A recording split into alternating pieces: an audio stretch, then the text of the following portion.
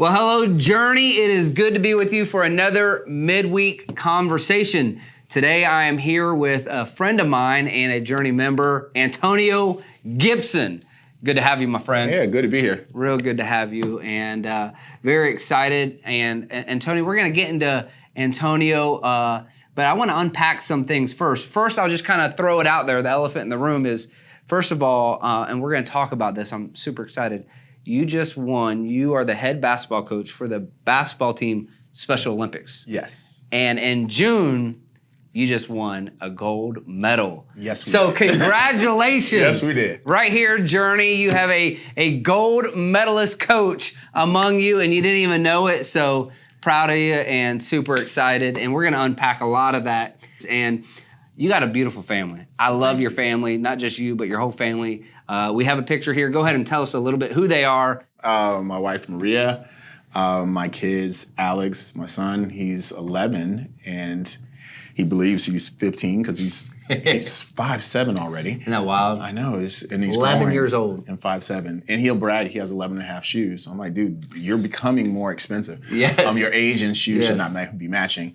My daughter, she's 10, and her name is Jordan.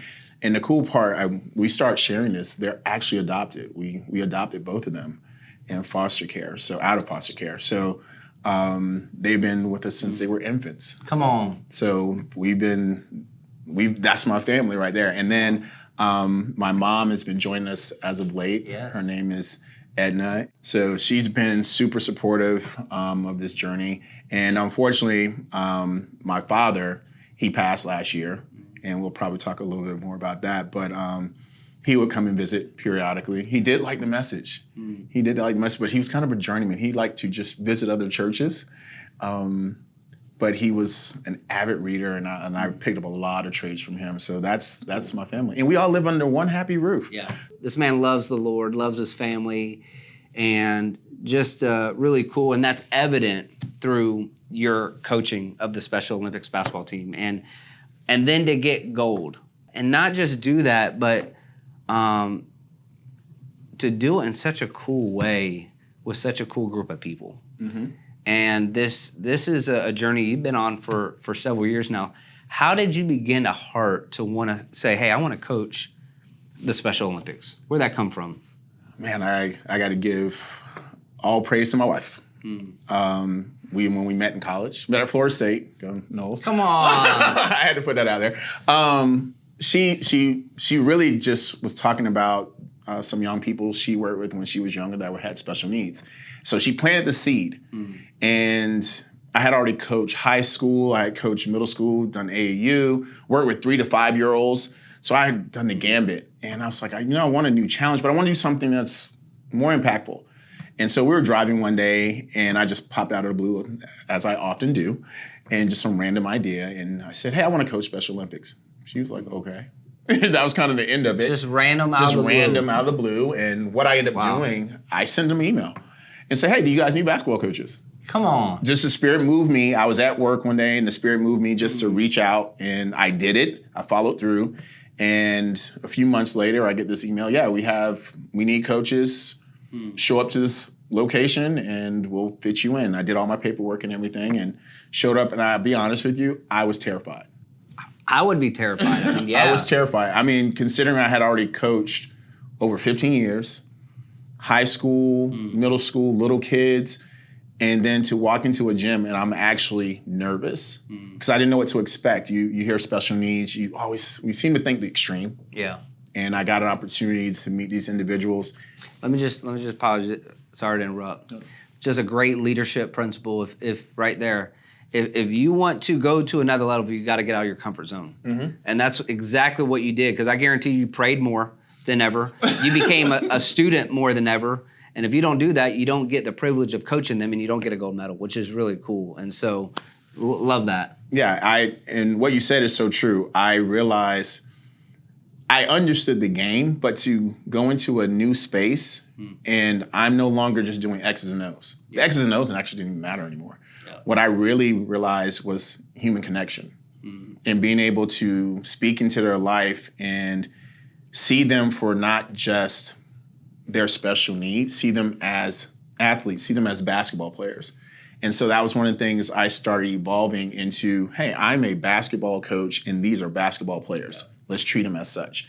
And that's what everybody calls them, is athletes. So that's what they're called. You know, they're not called this or that. They're called athletes, and it just helps them step into that label, which is really cool.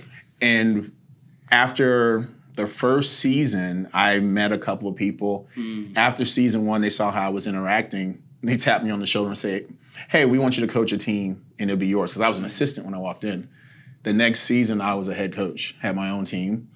And the first year, we came in 3rd. The year 2, we came in 2nd.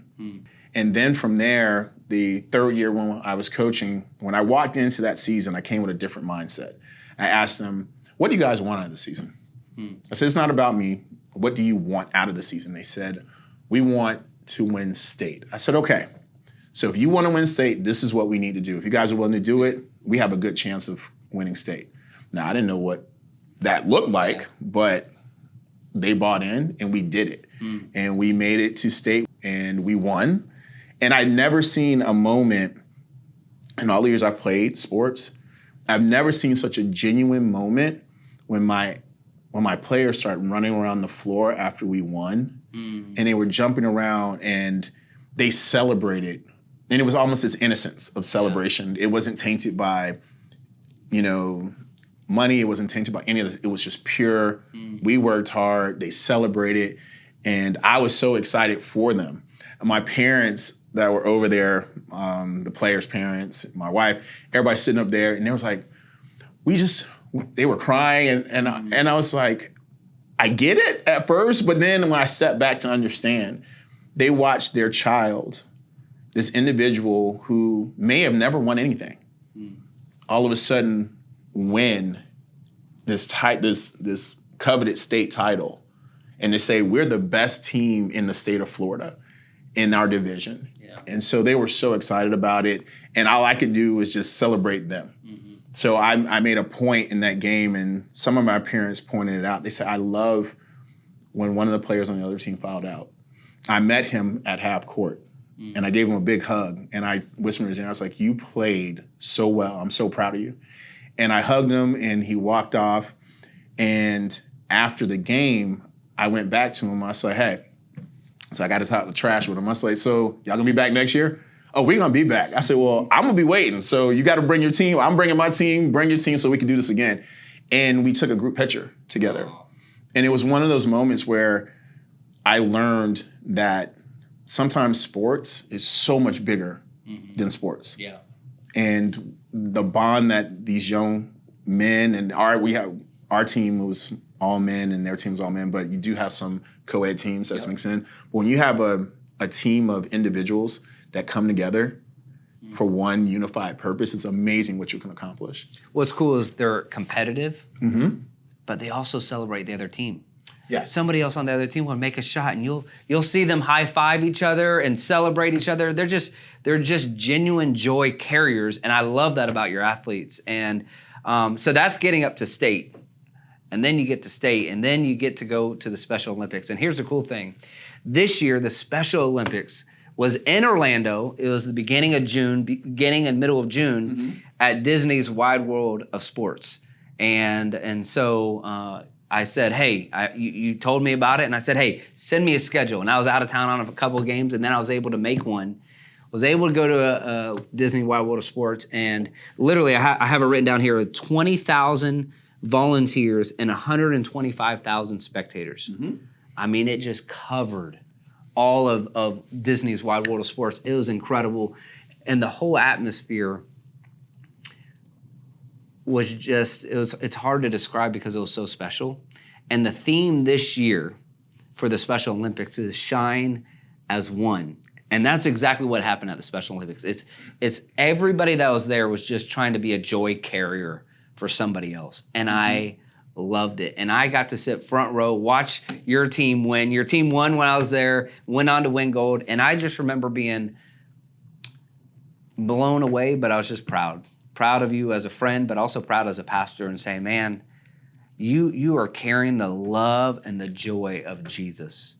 And immediately after the game, on the stairs, I don't know if you remember, immediately after the game, I said, hey, listen, I'm doing a message in July, and I said, it's going to be on love. We got to capture this because the spirit of what you're teaching your athletes, the spirit that you have, it's the spirit of Jesus. It embodied the gospel. And so just talk to me about how did you coach that? How did you work that into your practices? Where did that come from? Because it takes patience, it takes grace. I mean, talk to us about how kind of that got fleshed out. I coached a unique group this year because all before I was doing traditional. Traditional is just the whole team consists of special needs athletes.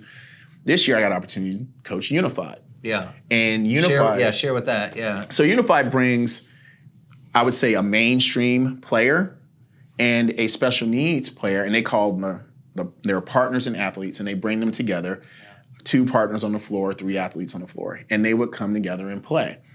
And it was such a unique experience because now I'm like, okay, I got to bring these 2 together so they can meet up and be able to proceed forward as a team. Yes. So that was one of the first challenges. But I recognized my first challenge when they walked in the gym. We sat down and I said, listen, this is how I'm going to coach this team this year. And I got with my assistant and he agreed. I said, first and foremost, when you walk into this gym, you are a basketball player. Doesn't matter about your special needs. I understand that. I get it. I know where we are. I know this is Special Olympics. But right now, you are a basketball player first and foremost. So I eliminated all of the pretense and all that other stuff. I said, I'm taking all that baggage away. Doesn't matter to me. My expectations are you're going to work hard and have fun. That's it. I said, all the rules are laid out now. I said, and I don't care who says it. Don't allow anyone to ever tell you you're not good enough. Don't let anyone tell you because you're a special needs player or you're playing with Special Olympics, you can't do something. Yeah. You're going to come in here and you're going to work hard and we're going to get after it. That's good. And I admit the first part of my message was, let's try to be the top 5 team in the state. Yeah. I mean, the nation. That's not a bad thing to say. We're the top 5 team in the nation. As we started moving closer and they started developing, I said, wait a minute. I want to be the top 3. Then I moved it about a month out. I said, we're gonna win this. And I said, you know why we're gonna win this? Because I believe so much in your ability that we can do it. And they bought in. And so just to see their evolution, their confidence, but then the thing that I think really just got me was when I watched them bond. Many of them had never spent time away from their family. So I was calling, this is a boys' trip. This is a guys' trip. Because it's just like the Olympics. There's an Olympic Village. Y'all have the same concept. Right. We had y'all stayed at Wide World of Sports, and y'all kind of were enclosed just as the athletes and the coaches, and which is really cool. So they had this opportunity to bond. And I had 20-somethings. Majority of mine were 20-somethings. And they got an opportunity to be away from their family for the first time. One of the young men, we had an opportunity to go to Animal Kingdom. Yes. And his parents came to him and said, hey, you want to hang with us and you can hang out with your family? He said, no, I want to hang out with my team. He said, this is our time. And I told the parents, hey, I have nothing to do with that. I'm not endorsing it because I just want him to just have fun. But that was his mindset. He enjoyed being in this group. And I think part of it was just this acceptance of, you're seeing me for who I am, and I don't have to be anything else but me. Yeah, and he has a sense of belonging, which is what we all want. That's what the church should be known for, is it's a place to belong. And if you give somebody a place to belong, that's powerful. And that's what you did. You gave 8 guys a place to say, hey, you belong here. And they felt like home. And one of the things I love about the unifiers, the partners, is it's not their job to dominate the game. No. It's their job to just help other people win. It's their job to help other people be successful. And that's our job as Christ followers. We're not meant to always be the hero, but we are hero makers. How can we give joy? How can we help set somebody up with an assist? How can we make the game-winning pass for somebody else to get the game-winning shot? That's our job. And that's what I love about you, Antonio, just knowing you as a friend and then watching you as a coach. You just carry such patience and grace and love and peace. And I love that. And I want to ask, where do you think that came from for you to be able to live that joy, to live that peace and that grace out so well? You have kids? I do have kids. Yes. But it doesn't bring out the best in all of us. No, it doesn't, because you live with them. But when in the years of coaching, I realized patience was something you have to have, especially working with little kids, because what we do, we set expectations. And that's kind of a big flaw that we have as human beings. We set these high expectations, and then we expect everyone to live up to that. That's good. And the reality is everyone's not going to live up to that. So why aren't I What do we do with that, with the gap? Right. That's good. So I started meeting them where they were, and I was like, so let's see if I can get you to move up here. And if I can get you to here, that's a win. That's a win. That's great. And so when I started with Special Olympics, I really had to step back and say, okay, this isn't about me anymore. This isn't about wins and losses. This is about them and them reaching goals and them feeling as though they've accomplished some task. So for everyone, your goal may be different. Yeah. And so for you, making a consistent layup was our goal for this season. For you, being a better leader. I had to teach one young man how to become a better leader. And so we talked to him, how do you address your team? You want someone to follow you. They're not going to follow you if you're not showing and if you're not speaking to them in the way a leader should. And we worked with him on how a leader should be. And if you want, and I said, but first, you got to learn how to follow. And that was one thing he had a hard time doing. We talk about the partners, something I learned last Sunday. But being humble. That was one of the most humbling experiences to watch partners be able to take their ego out of it and say, okay, I want to do this. I want to help this team. Yes, I can go score whenever I want to, but I want to make sure they're always included in this journey. And so to watch them humble themselves, it taught me so much. And then I was like, okay, it's about the athletes, the partners, then it's me. And I'm going to sit back, and all I'm going to do is help guide you guys on how to be successful.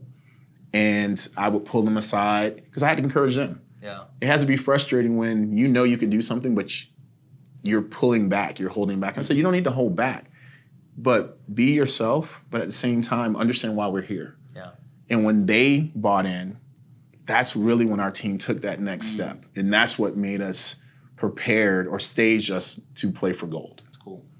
Now, I know one of the things that you've talked about, Antonio, is how you're a coach, so naturally you're there to teach, to coach, to guide, but really they ended up teaching you more than maybe you taught them. And I know that's the journey of any time that we serve in any capacity, is we think we're there to give, and God says, no, I'm about to bless you.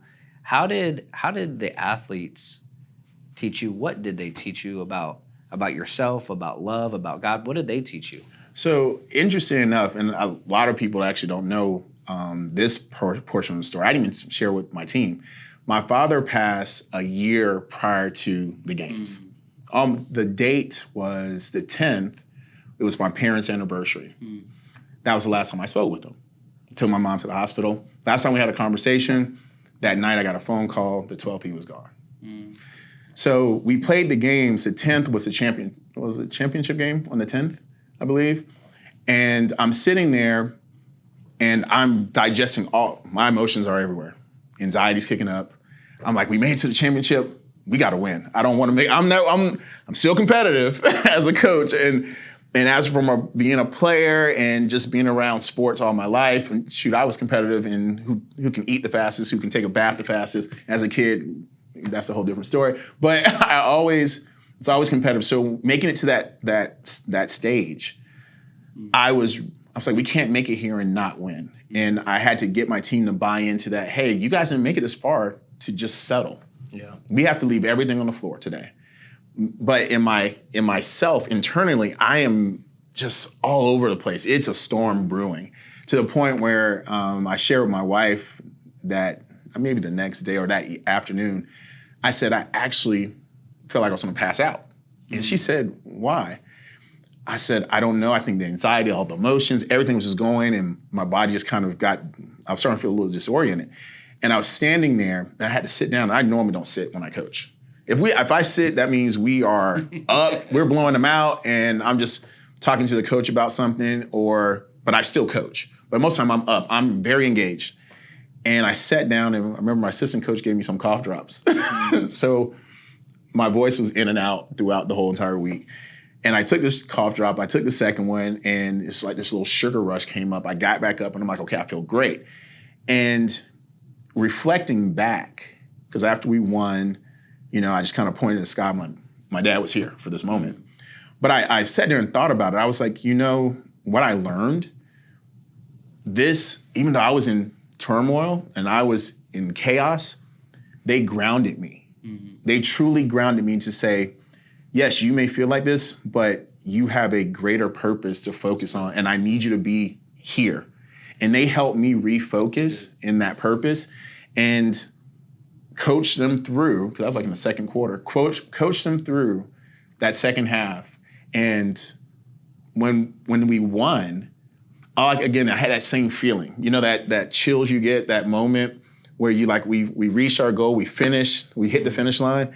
And I just saw them celebrating. I saw the parents come on the court, and I was like, wow, I'm stressing about my own personal, but because of them, I was able to refocus and help them get to what their goal was. So it's like I put my stuff on the back burner in a sense, and it helped me. It truly helped me throughout that process. And so it added more patience, and I understood more grace, and I understood that you got to believe. And one of the things that, and this held true, again, I didn't even share it with them. And I thought about it, but I was like, they're celebrating so much. Let me let them have their moment. I don't want to ever bring this energy down. It was such a positive and celebratory energy. In the middle of the season, when I was coaching at a local high school, the coach came up with IGYB. And I was like, okay, what's that mean? And she said, I got your back. And so I spoke with her because she's like a mentor to me. We were chatting, and she was like, hey, I'm so excited for you. Good luck. And she remember, and she's like, I got your back, IGYB. And I said, oh my gosh, I've forgotten about that. So I introduced that to my team. And the whole entire time, I just kept thinking about that. They've had my back through all of this, even though they didn't know it. I was going through this stuff, and they were there supporting me. That's good. And then I'm like, in turn, I'm going to give you guys everything. Well, I'm leaving it on the floor, just like they did. Yep. And all the rest is history at that point. That's cool. One of the things that I love is the theme this year was shine as one.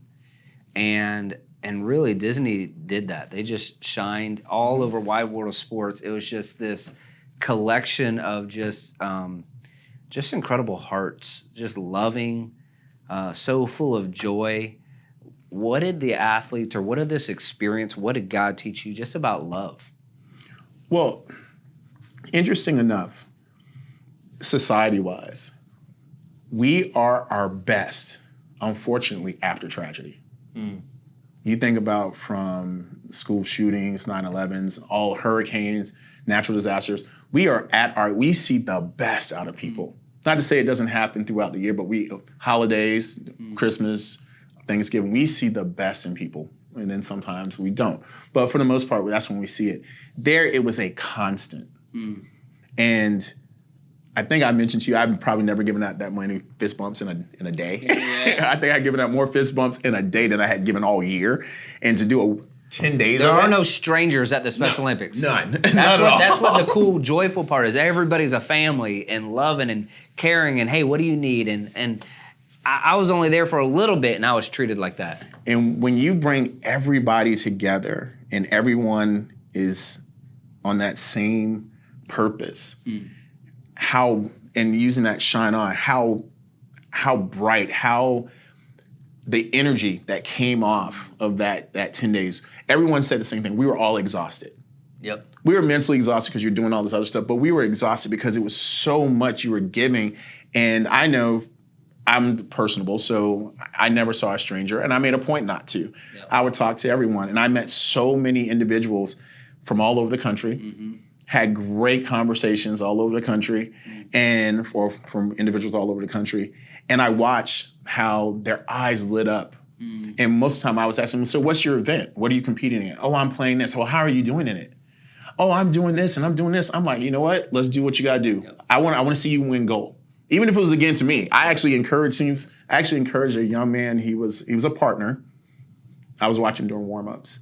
And that was actually the game you came to. I was chatting with him for a little bit, and I said, why don't you dunk the ball in the game? He said, well, it's not about me. I said, let me tell you something that I've noticed. You do that, imagine how your team will feel. Because you're not doing it for you. This wasn't about you getting cheers. This is about making your team feel great. And they had, I think, 3 or 4 Down syndrome individuals on their team. And he came down and got it. I high-fived him coming down. I celebrated him. His team went crazy. Yep. And that shows that when everybody has that same energy, how bright. If we probably could have, we could have just shown how bright we were radiating out of Disney, there had to be some glow going on for that positive energy of just celebration. And it wasn't even the wins, it was competing. Yeah. I watched athletes coming and hugging each other, celebrating each other, helping each other up. Yep. When someone went down because of injury, they hovered and they wanted to make sure this person, although I've never met you, you're from another state, but you're competing. I want to make sure you were okay. Yeah. And that just warmed my heart. I was just like, okay, I want to be back. Minnesota, y'all got to invite me back. I don't know. Is that where it is next? Next 4 years in Minnesota. That's where it'll be. Yeah, there's just a sense of, I mean, when you talk about love, it's selfless. And that's what was happening at the Special Olympics. Just so many people that were just selfless, whether they were coaches, athletes, parents, so many people just giving of themselves, both love and joy, and just grateful for you, grateful for how you displayed that. You displayed it beautifully, and I got to watch that firsthand, and once again, just proud and grateful for you. And I know, I know you made heaven smile as well, just sharing the love of Jesus out at Wide World of Sports. So it's good. Antonio, good to have you on Midweek Conversation. Love hearing your heart, your story. Excited about that, and you did great, man. Your first time. Well, thank you. First time on Midweek Conversation. You're a pro. So Journey family and friends, good to have you once again. Love that you were able to hear his heart and his story, and continue to be praying for Summer Jam. It's happening right now this week, and we'll have a recap of that this coming weekend at church at both Lake County, Apopka, or online. You could always join us, and we're excited as we continue this series called The GOAT, as we look at Jesus as being the greatest of all time. Got a special guest speaker, friend of mine, Pastor Jamie Snyder, one of our church plant partners down in West Palm Beach. Looking forward to hearing from him this week. And with that said, as always, we're loving the journey.